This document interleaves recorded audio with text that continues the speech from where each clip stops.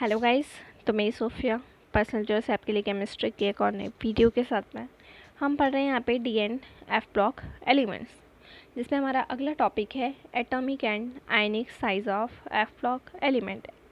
Generally F block elements के बारे में हम जनरल इंट्रोडक्शन, उसका इलेक्ट्रॉनिक कन्फिग्रेशन ऑलरेडी स्टडी कर चुके हैं। अगला हमारा टॉपिक है atomic and ionic sizes, discuss कर लेते हैं। बात करें अगर एटॉमिक और आयनिक रेडियाई की, तो लैंथेनम से जब हम ल्यूटेशियम तक जाते हैं तो ये डिक्रीज़ होता जाता है।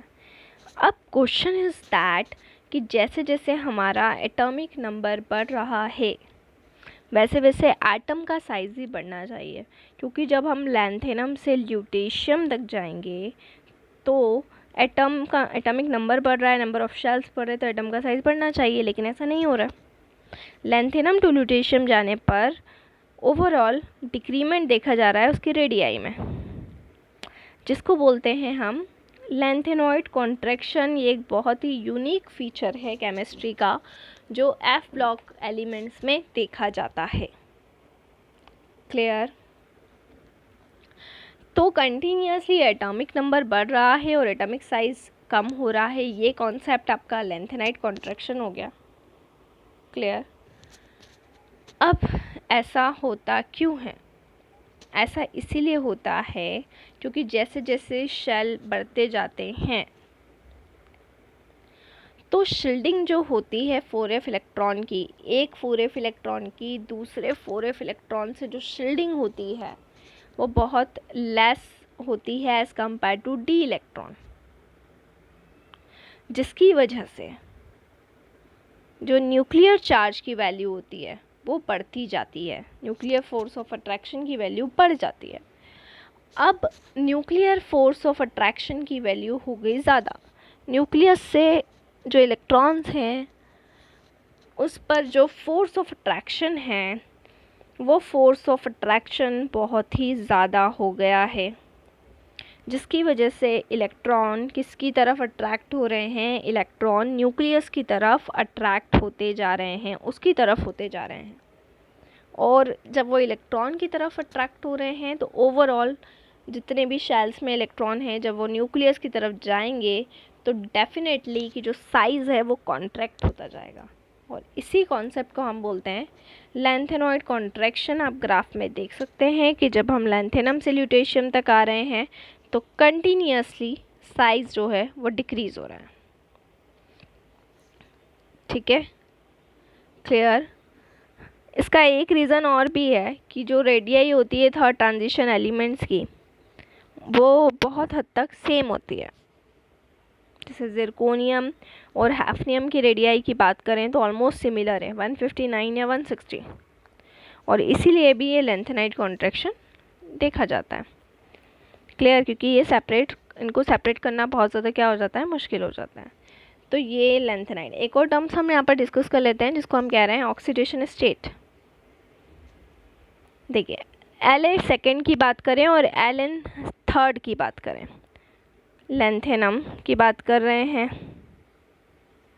ठीक है, या वो सारे एलिमेंट जो थर्ड में हैं, ये प्रीडोमिनेंट स्पीशीज़ होते हैं जिनकी +2 और +4 आयंस देते हैं सोल्यूशन के अंदर, सॉलिड कंपाउंड के अंदर। ठीक है? क्लियर? अब ये इरेगुलरिटी देखी जाती है, बढ़ती है।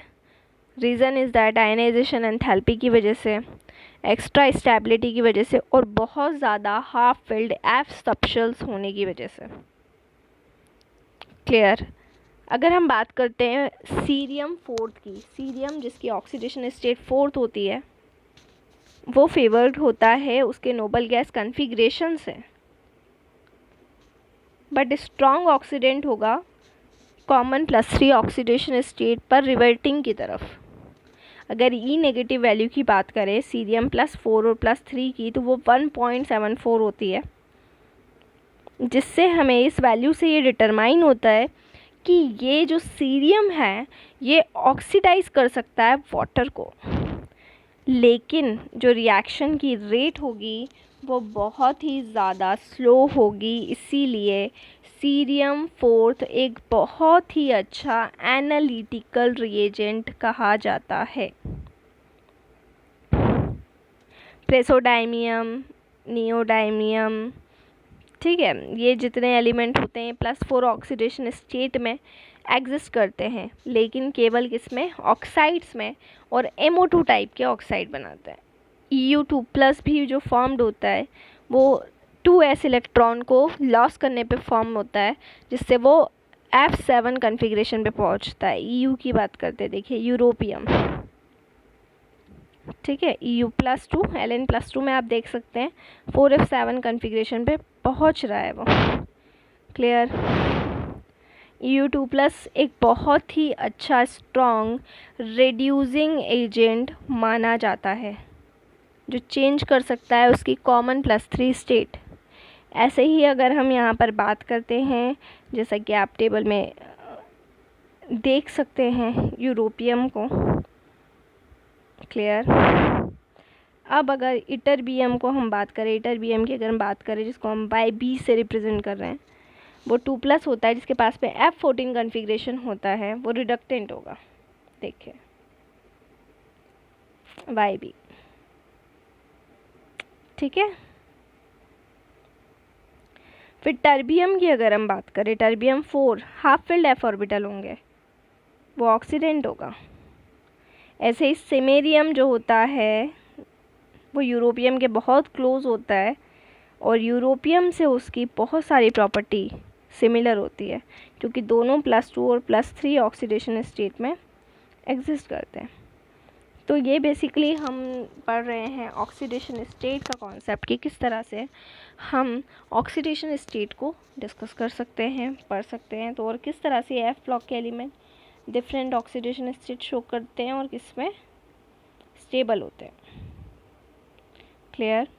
तो ये मैंने आपको F ब्लॉक लैंथेनॉइड्स के बारे में डिस्कस किया। अभी एक्टिनॉइड्स और बाकी है, अभी हम केवल इसमें लैंथेनॉइड्स के बारे में डिस्कस कर रहे हैं। नेक्स्ट वीडियो में हम और कुछ टॉपिक्स को स्टडी करेंगे। तो इसी तरह से जुड़े रहिए हमारे साथ में, वीडियोस को लाइक करते रहिए, चैनल को सब्सक्राइब करना ना भूलें। कोई भी डाउट, कोई भी क्वेरी हो तो उसे आप कमेंट बॉक्स में डाल सकते हैं। और अगर आप हमसे ऑनलाइन क्लासेस पढ़ना चाहते हैं तो हम आपको वो फैसिलिटी भी प्रोवाइड कर रहे हैं। लॉकडाउन में आप घर बैठे क्लासेस ले सकते हैं। डिस्क्रिप्शन में जाकर कॉन्टेक्ट नंबर ले लें और हमसे कॉन्टेक्ट करें। इसके अलावा इस टाइम को यूटिलाइज़ करें, घर पर रहें, सुरक्षित रहें, ज़्यादा से ज़्यादा पढ़ाई करें। अच्छी अपॉर्चुनिटी आपको मिली है पढ़ने की, तो घर पर रहें और घर पर ही पढ़ें। जितनी ऑनलाइन क्लासेस ले सकते हैं, ऑनलाइन चीज़ें पढ़ सकते हैं, वो पढ़ें, ऑनलाइन क्लासेस हैंडल करें। Stay home, stay safe, take care, bye bye.